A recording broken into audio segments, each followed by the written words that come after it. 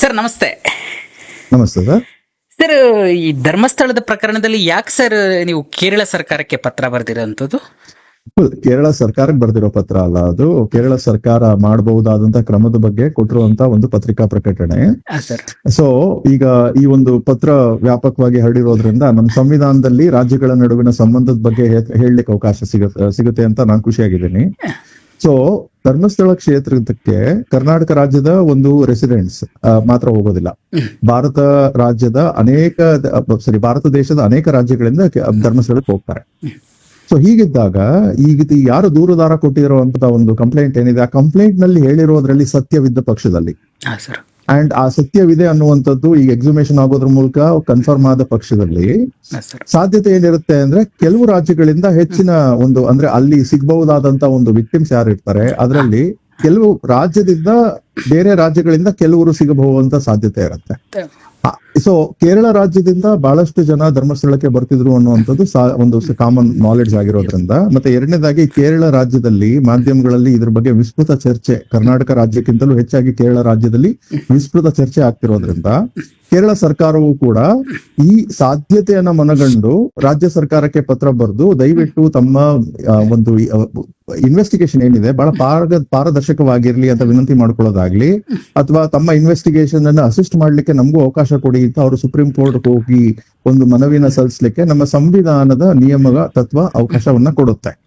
So ಇದನ್ನ ನಾವು ಮನಸ್ಸಿನಲ್ಲಿ ಇಟ್ಕೊಳ್ಬೇಕಾಗತ್ತೆ. ಯಾವುದೇ ರಾಜ್ಯ ಸರ್ಕಾರ ಈ ತರನಾದ ಪ್ರಕರಣವನ್ನ ಭೇದಿಸಬೇಕಾದ್ರೆ ತಾನು ಮನ ಬಂದಂತೆ ನಡ್ಕೊಳ್ಳಿಕ್ ಸಾಧ್ಯವಾಗೋದಿಲ್ಲ. ಯಾಕೆ ಅಂದ್ರೆ ತಾನು ನಡೆಸಿದ ತನಿಖೆಯ ಒಂದು ಟ್ರಾನ್ಸ್ಪರೆನ್ಸಿ, ಪಾರದರ್ಶಕತೆ ಏನಿದೆ ಅನ್ನುವಂಥದ್ದನ್ನ ಒಂದು ವೇಳೆ ಬೇರೆ ರಾಜ್ಯಗಳಿಗೆ ಕೇಳಿದ್ರೆ ಹೇಳ್ಬೇಕಾಗತ್ತೆ ರಾಜ್ಯ ಸರ್ಕಾರ.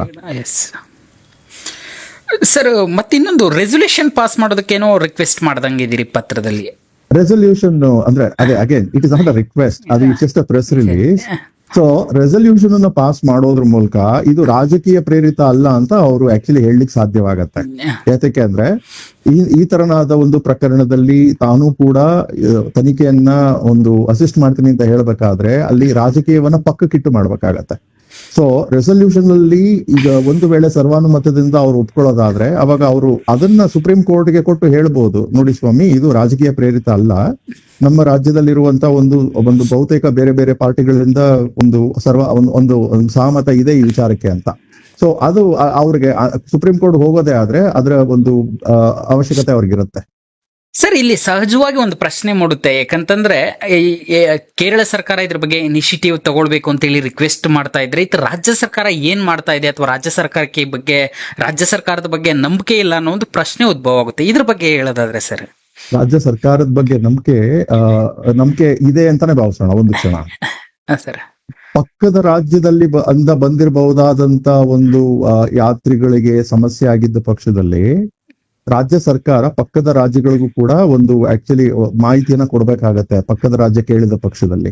ಸೊ ರಾಜ್ಯ ಸರ್ಕಾರದ ಮೇಲೆ ನಂಬಿಕೆ ಅಥವಾ ಅಪನಂಬಿಕೆಗಿಂತಲೂ ಹೆಚ್ಚಾಗಿ ರಾಜ್ಯ ಸರ್ಕಾರ ಮಾಡುವಂತ ಒಂದು ಪ್ರಯತ್ನದಲ್ಲಿ ಪಾರದರ್ಶಕತೆ ಎಷ್ಟರ ಮಟ್ಟಿಗೆ ಇರಬೇಕು ಅಂದ್ರೆ, ನೆರೆ ರಾಜ್ಯಗಳು ಒಂದ್ ವೇಳೆ ರಾಜ್ಯ ಸರ್ಕಾರಕ್ಕೆ ದಯವಿಟ್ಟು ಇದ್ರ ಬಗ್ಗೆ ಏನಾಗ್ತಿದೆ ಅಂತ ಮಾಹಿತಿಯನ್ನ ಕೊಡಿ ಅಂತ ಹೇಳಿದಾಗ ರಾಜ್ಯ ಸರ್ಕಾರ ಕೊಡುವಂತ ಪರಿಸ್ಥಿತಿಯಲ್ಲಿ ಇರ್ಬೇಕು. ಬಟ್ ಆದ್ರೆ ಸದ್ಯದ ಪರಿಸ್ಥಿತಿಯಲ್ಲಿ ರಾಜ್ಯ ಸರ್ಕಾರದ ಒಂದು ಕ್ರಮ ಆಬ್ವಿಯಸ್ಲಿ ಅವರು ಖಂಡಿತ ನಡೀತಿರುವಂತದನ್ನ ನೋಡ್ತಾರೆ ಅಂತ ಭಾವಿಸಿರ್ತೀನಿ. ಈ ತರನಾದ ಪ್ರಕರಣದಲ್ಲಿ ಸತ್ಯ ಇದೆಯಾ ಇಲ್ವಾ ಅಂತ ತಿಳ್ಕೊಳ್ಳಿಕ್ಕೆ ಇರೋದು ಒಂದು ದಾರಿ. ಆ ಒಂದು ದಾರಿ ಏನಂದ್ರೆ, ಆತ ದೂರನ್ನ ದಾಖಲಿಸಿದ ಮರುಕ್ಷಣವೇ ಆತನನ್ನ ಕರ್ಕೊಂಡೋಗಿ ಎಲ್ಲಪ್ಪ ನೀನು ಊತ ಹಾಕಿದ್ಯಾ ತೋರ್ಸು ಅಂತ ಹೇಳಿ ಆತ ಹೇಳಿದ್ದ ಜಾಗಗಳಿಂದ ಹೊರ ತೆಗೆಯುವಂಥದ್ದು. ಒಂದು ವೇಳೆ ಅವನು ಹೇಳಿದ ಮಾಡಿದ ದೂರಿನಲ್ಲಿ ಸತ್ಯ ಇದ್ರೆ, ಅವ್ನು ಮಾಡಿದ ದೂರಿನಲ್ಲಿ ಸತ್ಯ ಇಲ್ಲ ಅನ್ನೋದಾದ್ರೆ ಎಕ್ಸ್ಪೋಸ್ ಮಾಡ್ಲಿಕ್ಕೂ ಅದೇ ಅವಕಾಶ ಬೇಕಾಗತ್ತೆ. ನೀವು ಆತನನ್ನ ಮಾರನೇ ದಿನವೇ ಕರ್ಕೊಂಡು ಹೋದಾಗ ಆತ ಒಂದ್ ವೇಳೆ ಹೇಳಿದ ಜಾಗದಲ್ಲಿ ಏನು ಸಿಗದೆ ಹೋದಾಗ ಆತನ ವಿರುದ್ಧ ನೀವು ಮೊಕದ್ದಮೆಯನ್ನ ದಾಖಲಿಸಬಹುದು, ನೀನು ಸುಳ್ಳು ಹೇಳ್ತಿದ್ದಿ ಅಂತ. ಆ ಸುಳ್ಳು ಹೇಳ್ತಿದ್ದೇನೆ ಅಂತ ಮೊಕದ್ದಮೆಯನ್ನ ದಾಖಲಿಸೋಣ ಅನ್ನುವಂತ ಒಂದು ಕುತೂಹಲ ಪೊಲೀಸ್ನವ್ರಿಗೆ ಇರ್ಬೇಕಿತ್ತು, ರಾಜ್ಯ ಸರ್ಕಾರಕ್ಕೆ ಇರ್ಬೇಕಿತ್ತು. ಬಟ್ ಅದಿಲ್ಲ. ಸೊ ಅದಿಲ್ದೇ ಇರೋದ್ರಿಂದ 17 ದಿನಗಳಾದ್ರೂ ಅವರು ಎಕ್ಸಿಮೇಷನ್ ಮಾಡ್ಲಿಕ್ಕೆ ಮುಂದಾಗದೇ ಇರೋದ್ರಿಂದ ಏನಾಗ್ತಿದೆ ಅಂದ್ರೆ ಆತ ಮಾಡಿರುವಂತ ಆರೋಪದಲ್ಲಿ ಸತ್ಯ ಇರುವ ಕಾಣ್ತಿದೆ. ಇದನ್ನ ಸಾರ್ವಜನಿಕರು ಗಮನಿಸ್ತಿದಾರಲ್ವಾ? ಇದು ಯಾತಕ್ಕೆ ಈ ಪ್ರಕರಣ ದಿನದಿಂದ ದಿನಕ್ಕೆ ಆಕ್ಚುಲಿ ಹೆಚ್ಚು ಹರಡ್ತಾ ಇದೆ, ಹೆಚ್ಚು ಜನರು ಇದ್ರ ಬಗ್ಗೆ ಆಸಕ್ತಿಯನ್ನ ತೋರಿಸ್ತಿದ್ದಾರೆ ಅಂದ್ರೆ ಇದರಲ್ಲಿ ಯಾವುದು ಅಗತ್ಯವಾಗಿ ನಡಿಬೇಕಿತ್ತು ಅದು ನಡೀದೇ ಇರೋದ್ರಿಂದ ಸಾರ್ವಜನಿಕರಿಗೆ ಒಂದು ಕಾಮನ್ ಸೆನ್ಸ್ ಅಂತ ಇರುವಂತ ವ್ಯಕ್ತಿಗಳು ಅನ್ನಿಸ್ತಿದೆ ಸರ್ಕಾರ ಅಥವಾ ಪೊಲೀಸರು ತಾವು ಮಾಡ್ಬೇಕಾದ ಕೆಲಸವನ್ನ ಇದರಲ್ಲಿ ಮಾಡ್ತಿಲ್ಲ ಅಂತ.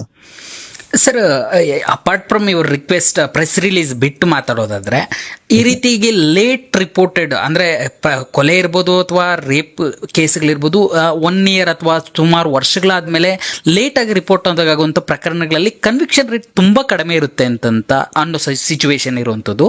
ಇಂಥ ಸಂದರ್ಭದಲ್ಲಿ ಸರ್ಕಾರಗಳೇ ಅಥವಾ ಪೊಲೀಸ್ ಇಲಾಖೆ ಇಷ್ಟು ಲೇಟ್ ಮಾಡ್ತಾ ಇದ್ರೆ ಈ ಕೇಸ್ ಮೇಲೆ ಯಾವ ರೀತಿಯಾಗಿ ಪರಿಣಾಮ ಬೀರಬಹುದು ಅಂತ. ಒಂದು ಕನ್ವಿಕ್ಷನ್ ಬಗ್ಗೆ ಮಾತನಾಡುವಂಥದ್ದು, ಈಗ ಇವ್ರು ಇಷ್ಟೊಂದು ತಡ ಮಾಡ್ತಿರ್ಬೇಕಾದ್ರೆ ಕನ್ವಿಕ್ಷನ್ ಬಗ್ಗೆ ಮಾತನಾಡ್ಲಿಕ್ಕೆ ಶುರು ಮಾಡಿದ್ರೆ ಏನಾಗುತ್ತೆ ಅಂದ್ರೆ ಅದು ಸ್ವಲ್ಪ ಆಭಾಸ ಯಾಕಾಗತ್ತೆ ಅಂದ್ರೆ ತನಿಖೆನೇ ಸರಿಯಾದ ರೀತಿಯಲ್ಲಿ ಶುರುವಾಗಿಲ್ವಲ್ಲ. ತನಿಖೆ ಶುರುವಾಗಿದೆ ಅಂತ ಯಾವಾಗ ಹೇಳ್ತೀರಿ? ಈಗ ನಾನೊಂದು ಎಕ್ಸಾಂಪಲ್ ಕೊಡ್ತೀನಿ. ಯಾರಾದ್ರೂ ಪೊಲೀಸ್ ಸ್ಟೇಷನ್ಗೆ ಒಬ್ಬ ಹೋಗ್ತಾನೆ, ಜೇಬ್ನಲ್ಲಿ ಸ್ವಾಮಿ ನಾನು ಗೋಲ್ಡ್ ವಾಚ್ ಅನ್ನ ಕದ್ದಿದ್ದೀನಿ, ಜೇಬ್ನಲ್ಲಿ ಇದೆ ಅಂತ ಆತ ಪೊಲೀಸ್ನವ್ರಿಗೆ ಹೇಳ್ತಾನೆ ಅಂತ ಭಾವಿಸೋಣ. ಪೊಲೀಸ್ನವ್ರು ಏನ್ ಮಾಡ್ತಾರೆ ಅವಾಗ? ಹೌದಾ, ನೀನು ಗೋಲ್ಡ್ ವಾಚ್ ಕದ್ದಿದ್ಯಾ? ಆ ಕದ್ದಿರೋ ವಾಚ್ ನಿನ್ ಜೇಬ್ನಲ್ಲಿದ್ಯಾ? ಹಾಗಿದ್ರೆ 1 ನಿಮಿಷ ತಡಿ ಅನ್ಬಿಟ್ಟು ಇಬ್ರು ವಿಟ್ನೆಸಸ್ ನ ಕರೆಸ್ಬಿಟ್ಟು ವಿಟ್ನೆಸಸ್ ಎದುರಿಗೆ ಹೇಳ್ತಾರೆ ಪೊಲೀಸು, ದಯವಿಟ್ಟು ಹೊರಗೆ ತೆಗಿ ಅಂತ ಹೇಳ್ತಾರೆ. ಅವ್ನು ಹೊರಗೆ ತೆಗಿದೆ ಹೋದ್ರೆ ಅವರೇ ಕೈ ಹಾಕಿ ತೆಗಿತಾರೆ. ಇಷ್ಟು ಸರಳವಾದ ಪ್ರಕರಣವನ್ನ ಇವರು 17 ದಿನಗಳಾದ್ರೂ ಕೂಡ ಆತ ಹೇಳಿರೋದ್ರಲ್ಲಿ ಸತ್ಯ ಇದೆಯಾ ಇಲ್ವಾ ಅಂತ ತಿಳ್ಕೊಳ್ಳಿಕ್ಕೆ ಆತನನ್ನ ಜಾಗಗಳಿಗೆ ಕರ್ಕೊಂಡೋಗಿ ಎಕ್ಸುಮೇಷನ್ ಯಾತಕ್ ಮಾಡ್ತಿಲ್ಲ? ಎಕ್ಸುಮೇಷನ್ ಮಾಡದೇ ಇರೋದ್ರಿಂದ ಪೊಲೀಸ್ನವರ ನಡೆ ಮೇಲೆ ಸಂಶಯ ಪಡಬೇಕಾಗಿರುವಂತದ್ದು ಒಬ್ಬ ಸಾರ್ವಜನಿಕನ ಒಂದು ರೀಸನಬಲ್ ಸಸ್ಪಿಷನ್ ಆಗತ್ತೆ. ಅಂಡ್ ಪೊಲೀಸ್ನವ್ರು ಏನು ಮೇಲಿಂದ ಉದ್ರಿದಾರ? ಏನು ಓದ್ತಾ ಇದಾರೆ? ಅವರು ಯಾವ ಕಾನೂನು ಓದ್ತಾ ಇದಾರೆ? ಕ್ರಿಮಿನಲ್ ಪ್ರೊಸೀಜರ್ ಕೋಡ್ ಓದ್ತಾ ಇದಾರ? ಇಂಡಿಯನ್ ಪೀನಲ್ ಕೋಡ್ ಓದ್ತಾ ಇದಾರ? ಅವ್ರಿಗಿರೋ ಜ್ಞಾನಕ್ಕಿಂತ ಅವ್ರಿಗಿಂತ ಜ್ಞಾನ ಇರ್ಬೋದು ಅಂತ ಅವ್ರು ಭಾವಿಸ್ಬೇಕಾಗುತ್ತೆ. ಫಸ್ಟ್ ಅಂಡ್ ಫಾರ್ಮೋಸ್ಟ್ ತನಿಖಾಧಿಕಾರಿಗೆ ವಿವೇಚನೆ ಇದೆ ಅಂತ ಹೇಳಿದ್ದಾರೆ. ಯಾವ ತರನಾದ ವಿವೇಚನೆ? ನೀವು ಒಬ್ಬ ಡಾಕ್ಟರ್ ಅಂತ ಭಾವಿಸೋಣ, ನಿಮ್ ಎದುರಿಗೆ ನಿಮ್ ಬಳಿ ಒಬ್ಬ ಬರ್ತಾನೆ, ಪೇಷಂಟ್ ಬರ್ತಾನೆ, ಸ್ವಾಮಿ ನನಗೆ ಗನ್ ಶಾಟ್ ಗುಂಡಿನ ಏಟು ಬಿದ್ದಿದೆ, ದಯವಿಟ್ಟು ಹೊರಗೆ ತೆಗೀರಿ ಅಂತ. ನನಗೆ ವಿವೇಚನೆ ಇದೆ, ನಾನು 10 ದಿನ ಆದ್ಮೇಲೆ ತೆಗಿತೀನಿ ಅಂತ ಹೇಳಿದ್ರೆ ಆ ವಿವೇಚನೆಗೆ ಅರ್ಥವೇ ಇರೋದಿಲ್ಲ. ಯಾಕೆಂದ್ರೆ ಅವನು ಬದುಕೋದೇ ಅರ್ಧ ಗಂಟೆ ಆದ್ಮೇಲೆ. ವಿವೇಚನೆ ಬಳಸಬೇಕಾಗಿರುವಂತದ್ದು time is of the essence ನಲ್ಲಿ ಒಂದು ಶೀಘ್ರವಾಗಿ ಬಳಸಿದ್ರೆ ಅದನ್ನ ವಿವೇಚನೆ ಅಂತ ಕರೀತಾರೆ. ಅದನ್ನ ಬಿಟ್ಟು ಈತ ಮಾಡಿದಂತ ದೂರಿನಲ್ಲಿ ಆ ದೊಡ್ಡ ಮಟ್ಟದ ಆರೋಪ ಮಾಡಿದಾನಲ್ಲ, ಆ ಜಾಗಗಳಲ್ಲಿ ಒಂದು ವೇಳೆ ಆರೋಪಿಗಳು ಇದ್ದಂತವ್ರು ಒಂದು ವೇಳೆ ಇದ್ರಲ್ಲಿ ಸತ್ಯ ಇದೆ ಅಂತ ಭಾವಿಸೋಣ, ಆರೋಪಿಗಳಿಗೆ ಅವಕಾಶ ಕೊಟ್ಟಾಗ ಹಾಕ್ತಿಲ್ವಾ? ಎಲ್ಲೆಲ್ಲಿ ಇರ್ಬೋದು ಅಲ್ಲೆಲ್ಲ ಹುಡುಕಿ ಹೊರಗಡೆ ತೆಗ್ಲಿಕ್ಕೆ ಅವಕಾಶಗಳನ್ನ ಕೊಡ್ತಾ ಇಲ್ವಾ ಆರೋಪಿಗಳಿಗೆ? ಏನ್ ಪೊಲೀಸ್ನವರು ಮಾಡಿದ್ದೆಲ್ಲ ಮಾಡ್ತೀವಿ, ನಾವು ಮಾಡೋದೇ ಆಕ್ಚುಲಿ ಸರ್ವಸ್ವ ಅಂತ ಹೇಳುವಂತ ಅಧಿಕಾರ ಯಾರು ಕೊಟ್ಟಿದಾರ ಅವ್ರಿಗೆ ಈ ಪ್ರಜಾಪ್ರಭುತ್ವದಲ್ಲಿ? ಏನ್ ಅನ್ಕೊಂಡಿದ್ದಾರೆ ಪೊಲೀಸ್ನವರು? ಅವ್ರು ಮಾಡ್ಬೋದು, ಡಿಸ್ಕ್ರಿಷನ್ ಇದೆ ಅಂತ ಹೇಳ್ತಿದಾರಲ್ಲ, ಯಾರು ಕೊಟ್ಟರು ಅವ್ರಿಗೆ ಡಿಸ್ಕ್ರಿಷನ್ ಅನ್ನ ಇಂಥ ಕೇಸ್ ನಲ್ಲಿ? 17 ದಿನ ಆದ್ರೂ ಮುಟ್ದೇ ಇರೋ ಹಾಗೆ ಅವ್ರಿಗೆ ಭಯ ಇರೋಂಗ್ ಕಾಣುತ್ತೆ, ಎಕ್ಸಿಮೇಷನ್ ಆದ್ರೆ ಏನೇನ್ ಬಂದ್ಬಿಡುತ್ತೆ ಈಚೆಗೆ ಅಂತ. ಖಂಡಿತ ಸರ್. ಮತ್ತೊಂದು ಪ್ರಶ್ನೆ, ಈ ಹಂತದಲ್ಲಿ ಹಿಂದೆ ಸೌಜನ್ಯ ಕೇಸು ಸುಮಾರು ಸರಿ ಕೋರ್ಟ್ಗೆ ಹೋಗಿತ್ತು. ಕೋರ್ಟ್ನಲ್ಲಿ ಏನೇನೋ ವಾದಗಳಾದವು, ಪ್ರತಿವಾದಗಳಾದವು, ಮತ್ತೆ ಆ ಕೇಸ್ಗೆ ಸಂಬಂಧಿಸಿದಂತೆ ಸಾಕಷ್ಟು ವಿಚಾರಗಳಿದ್ವು. ಈಗ ಇದು ಹೊಸದಾಗಿ ಪ್ರಕರಣ ದಾಖಲಾಗಿದೆ. ಮತ್ತೊಬ್ಬ ತಾಯಿ ಬಂದು ದೂರನ್ನ ಕೊಡ್ತಿದ್ದ, ನನ್ನ ಮಗಳು ನಾಪತ್ತೆಯಾಗಿದ್ಲು 23 ವರ್ಷದಿಂದ ಅಂತ ಹೇಳಿದ್ರು. ಈ ಹಂತದಲ್ಲಿ ಯಾರಾದ್ರೂ ಕೋರ್ಟ್ಗೆ ಅರ್ಜಿಯನ್ನ ಹಾಕಿ ಕೋರ್ಟ್ ಅನ್ನ ಇಂಟರ್ಫಿಯರ್ ಮಾಡೋದಕ್ಕೆ ಆಗೋದಿಲ್ವಾ, ಅಥವಾ ಕೋರ್ಟ್ನಿಂದ ಆದೇಶವನ್ನ ಮಾಡಿಸೋದಕ್ಕೆ ಆಗೋದಿಲ್ವಾ ಈ ಹಂತದಲ್ಲಿ ಅಂತ? ಒಂದು ಏನಾಗುತ್ತೆ ಅಂದ್ರೆ, ಇದು ಈ ದೂರುದಾರ ಯಾರು ಬಂದಿದ್ದಾನೆ, ಇದು ಅದೇ ಬೃಹತ್ ಆದಂತ ಒಂದು ಇಶ್ಯೂ.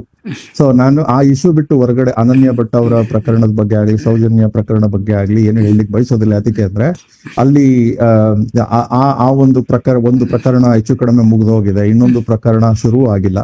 ಸೊ ಹಂಗಿರೋದ್ರಿಂದ ತಾಳೆ ಹಾಕಿ ನೋಡುವಂತದ್ರ ಪ್ರಯೋಜನವಾಗೋದಿಲ್ಲ ಈ ಒಂದು ಪ್ರಕರಣ. And at the end of the day ನೀವು ಬೇರೆ ಬೇರೆ ಪ್ರಕರಣಗಳಲ್ಲಿ ಅವ್ರಿಗೆ ನ್ಯಾಯ ಸಿಗ್ಬೇಕು ಅನ್ನೋದೇ ಆದ್ರೆ ಈ ಪ್ರಕರಣದಲ್ಲಿ ಏನನ್ನ ಮಾಡ್ಲಾಗತ್ತೆ ಅನ್ನೋದನ್ನ ನೋಡಿದ್ಮೇಲೆ ಗೊತ್ತಾಗತ್ತೆ. ಸೊ ಆ ಪ್ರಕರಣಗಳಲ್ಲಿ ನ್ಯಾಯ ಸಿಗೋದಕ್ಕೂ ಮತ್ತೆ ಈ ಪ್ರಕರಣದಲ್ಲಿ ಆಗ್ಬೇಕಾಗಿರೋದಕ್ಕೂ ಯಾವ ತರನ ಸಂಬಂಧ ಇದೆ ಅನ್ನುವಂಥದ್ದು ತನಿಖೆ ಮುಂದುವರೆದ್ರೆ ಮಾತ್ರ ಗೊತ್ತಾಗತ್ತೆ. ಸೊ ಅನನ್ಯ ಭಟ್ ಪ್ರಕರಣದ ಬಗ್ಗೆ ಸದ್ಯಕ್ಕೆ ನಾನೇನು ಹೇಳಲಿಕ್ಕೆ ಬಯಸೋದಿಲ್ಲ. ಯಾಕೆ ಅಂದ್ರೆ ಒಂದು ಮಿಸ್ಸಿಂಗ್, ತನ್ನ ಮಗಳು ತುಂಬಾ 2003 ಮಿಸ್ಸಿಂಗ್ ಆಗಿದ್ದಾಳೆ, ದೇವಸ್ಥಾನಕ್ಕೆ ಹೋಗಿ ಅಂತ ಅವ್ರು ಹೇಳಿದ್ದಾರೆ. ಅಂಡ್ ಅವ್ರೊಬ್ರೇನ ಇರೋದು ಈ ರೀತಿ ಹೇಳ್ತಾ ಇರೋದು? ಬೇರೆಯವರೆಲ್ಲ ಬಂದು ಹೇಳಲಿಕ್ಕೆ ಅವಕಾಶವಾಗುತ್ತಾ? ಒಂದ್ ವೇಳೆ ಎಕ್ಸಿಮೇಷನ್ ಶುರುವಾದ್ರೆ, ನೋಡಿ ಎಕ್ಸಿಮೇಷನ್ ಶುರುವಾಯ್ತು ಅಂತ ಇಟ್ಕೊಳ್ಳಿ, ಆತ ಹೊರಗ್ ತೆಗ್ದ ಅಂತ ಇಟ್ಕೊಳ್ಳಿ, ಅವಾಗ ಬಹಳಷ್ಟು ಜನ ಬರ್ಬೋದು. ಅಂಡ್ ಎಕ್ಸಿಮೇಷನ್ ಶುರುವಾಯ್ತು, ಆತ ಏನು ತೆಗಿಲಿಲ್ಲ ಅಂದ್ರೆ ಆತನ ಮೇಲೆ ಸುಳ್ಳು ಆರೋಪ ಮಾಡಿದಾನೆ ಅಂತ ಪ್ರಕರಣ ದಾಖಲಿಸಬಹುದಲ್ವಾ? ಸುಳ್ಳು ಆರೋಪ ಮಾಡಿದಾನೆ ಅನ್ನೋ ಪ್ರಕರಣ ಹಾಕ್ಲಿಕ್ಕೆ ತಯಾರಾಗಿರ್ಬೇಕಿತ್ತು ಪೊಲೀಸ್ನವರು. ಅವನನ್ನ ಕೈಲಿ ಎಕ್ಸಿಮೇಷನ್ ಆತ ಹೇಳಿ ಸ್ಥಳಗಳಿಗೆಲ್ಲ ಕರ್ಕೊಂಡೋಗಿ ಆತನಿಗೆ ತೆಗಿಯಪ್ಪ ಅಂತ ಹೇಳಿ ಆತ ತೆಗಿಲಾರದಂತ ಒಂದ್ ಪರಿಸ್ಥಿತಿಗೆ ಅವರು ಸುಳ್ಳು ಆರೋಪ ಮಾಡಿದ್ದಾನೆ ಅಂತ ಒಂದ್ ಪ್ರಕರಣ ಹಾಕ್ಬೋದಿತ್ತಲ್ಲ, ಯಾತಕ್ಕೆ? ಈ ತರನಾದ ಪ್ರಕರಣದಲ್ಲಿ ಇಷ್ಟು ಸರಳವಾಗಿ ಬಗೆಹರಿಸಬಾದಂತ ಪ್ರಕರಣವನ್ನ ಅವರು ಮೀನಮೇಷ ಎಣಿಸ್ತಿರೋದ್ರಿಂದ ಏನಾಗತ್ತೆ, ಈತನ ದೂರಿನಲ್ಲಿ ಸತ್ಯನೇ ಹೇಳಿದಾನೆ ಅಂತ ಒಂದು ಭಾವಿಸೋ ಅಂತ ಪರಿಸ್ಥಿತಿಗೆ ಜನ ಬರ್ತಿದ್ದಾರೆ ಅಂತ ಹೇಳ್ತೀನಿ. ನಮ್ಗಿರೋ ಮಾಹಿತಿ ಪ್ರಕಾರ ಸರ್, ಎಕ್ಸಿಬಿಷನ್ಗೆ ಕೋರ್ಟ್ ಇಂದ ಇನ್ನು ಪರ್ಮಿಷನ್ ಕೇಳಿಲ್ಲ ಪೊಲೀಸರು ಇದುವರೆಗೂ. ಎಕ್ಸಿಬಿಷನ್ಗೆ ಕೋರ್ಟ್ ಇಂದ ಪರ್ಮಿಷನ್ ಅವಶ್ಯಕತೆ ಬರೋದಿಲ್ಲ. ಯಾಕಂದ್ರೆ ಅದು ಸೆಕ್ಷನ್ 154 ಅಂದ್ರೆ ಹಿಂದಿನ ಕ್ರಿಮಿನಲ್ ಪ್ರೊಸೀಜರ್ ಕೋಡ್ ನಲ್ಲಿ ತನಿಖೆಯ ಒಂದು ಭಾಗವಾಗತ್ತೆ. ಅಂಡ್ ಸೊ ಸುಪ್ರೀಂ ಕೋರ್ಟ್ ಬಹಳಷ್ಟು ಪ್ರಕರಣಗಳಲ್ಲಿ ಹೇಳಿದೆ ಏನಂತ ಅಂದ್ರೆ ಅಪರಾಧಕ್ಕೆ ಒಳಗಾಗಿ ಸತ್ತಂತ ವ್ಯಕ್ತಿಗಳ ಒಂದು ಕಳೇಬರವನ್ನು ಹೊರಗೆ ತೆಗೆಯುವಂತದ್ದು ತನಿಖೆಯ ಭಾಗವಾಗತ್ತೆ, ಇನ್ಕ್ವೆಸ್ಟ್ ಭಾಗವಾಗೋದಿಲ್ಲ. ಇನ್ಕ್ವೆಸ್ಟ್ ಭಾಗ ಏನಂದ್ರೆ ಅಪರಾಧ ನಡೆದಿರಬಹುದಾ ಅಂತ ತಿಳ್ಕೊಳ್ಳೋದಕ್ಕೆ ಇನ್ಕ್ವೆಸ್ಟ್. So inquest. ಮ್ಯಾಜಿಸ್ಟ್ರೇಟ್ ಅವರು ಅನುಮತಿ ಕೊಡೋದು ಇನ್ಕ್ವೆಸ್ಟ್ ಪ್ರಕರಣಗಳಲ್ಲಿ. ಇದು ಇನ್ಕ್ವೆಸ್ಟ್ ಪ್ರಕರಣ ಆಗೋದಿಲ್ಲ, ಇದು ತನಿಖೆಯ ಪ್ರಕರಣ ಆಗತ್ತೆ. ಓಕೆ. ಹಂಗಿರೋದ್ರಿಂದ ಸೊ ಇದು ಪೊಲೀಸ್ನವರು ಮ್ಯಾಜಿಸ್ಟ್ರೇಟ್ ಅವರ ಅನುಮತಿ ಕಾಯುವ ಅವಶ್ಯಕತೆ ಇಲ್ವೇ ಇಲ್ಲ. ಅಂಡ್ ಮ್ಯಾಜಿಸ್ಟ್ರೇಟ್ ಖಂಡಿತ ಹೇಳ್ಬೋದು ಅವ್ರಿಗೆ, ಅಲ್ಲ ರೀ ಆತ ಬಂದು ಇಂತಿಂತ ನಿರ್ದಿಷ್ಟ ವ್ಯಕ್ತಿಗಳ ಪಾತ್ರ ಇದೆ ಅಂತ ಹೇಳಿ ಇಲ್ಲಿ ಅಪರಾಧ ನಡೆದಿದೆ ಅಂತ ಹೇಳಿದ್ಮೇಲೆ ಆ ಮಾಹಿತಿಯನ್ನ ಇಟ್ಕೊಂಡು ನೀವು ಇನ್ಕ್ವೆಸ್ಟ್ ಕೇಳಲಿಕ್ಕೆ ಅವಕಾಶ ಇರೋದಿಲ್ಲ ಅಂತ. ಸುದ್ದಿ 18 ಸದಾ ನಿಮ್ಮೊಂದಿಗೆ.